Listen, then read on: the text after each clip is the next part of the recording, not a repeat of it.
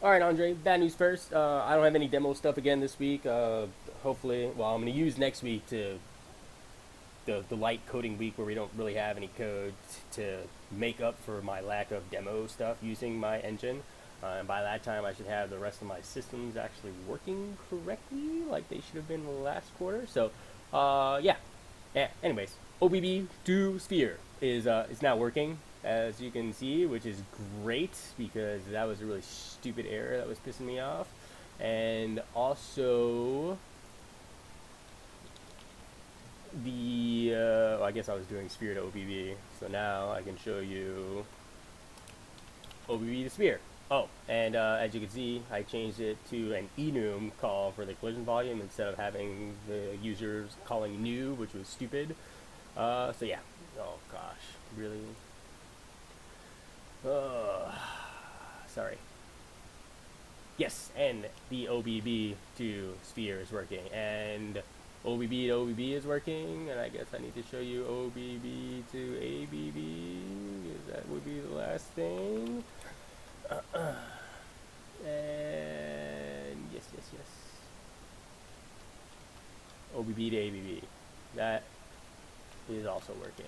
Okay, and per your call asking about it, I cleaned up my code. So now I just have my tools class actually calling the test, and I have three, one, two. I'll show you the test, but like here's my sphere and my OBB. It's really just calling the tools class to get the test underway. So I'm reusing my code instead of copy and pasting all my code. So I have, a sphere to sphere test, sphere to AABB, sphere to OBB, AABB to ABB, and then AABB to OBB, and OBB to OBB. Lots of OBBs and stuff. All right, and yeah, and I also had my single access SAT test before, like when I showed my code on Tuesday, it was terrible code. I actually had a single access test for each of the box to box interactions, which was dumb. So I changed my function call to actually use the vertices,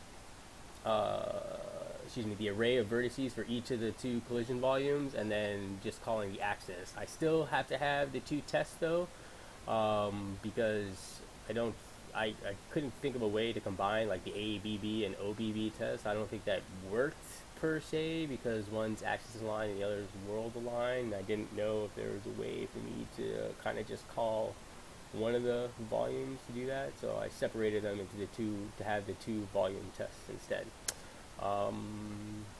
Yeah, and that's my sprint.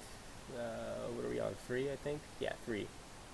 So cleaned up collision system. OBBs are working, and my Spirit OBB crap that wasn't working on Tuesday is now working.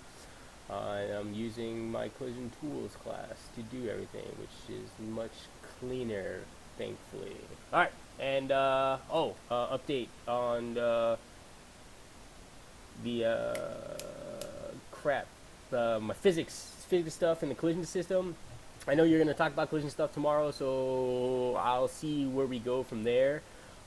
This weekend, I'll write up basically bullets of things that I want to do with the physics system and the collision system. I'm going to leave the collision stuff until after your lecture tomorrow to see what you talk about, because I don't know exactly how far or how deep I want to. Well, I want to go deep into the collision system, but I don't know how, like which I guess avenue I want to take.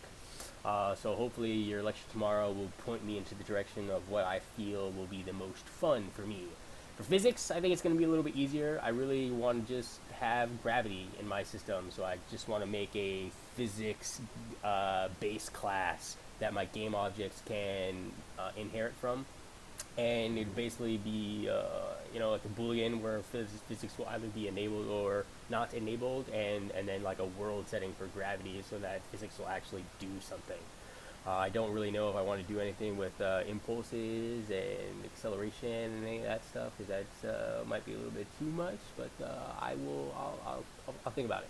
I'll see, because I want jumping, and I don't know how much impulse or acceleration or velocity stuff I'm going to need for jumping, because that's pretty much all I want to see.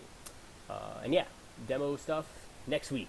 I'll have demo stuff for you to showcase my bad engine. All right. All right, Andre. Talk to you tomorrow.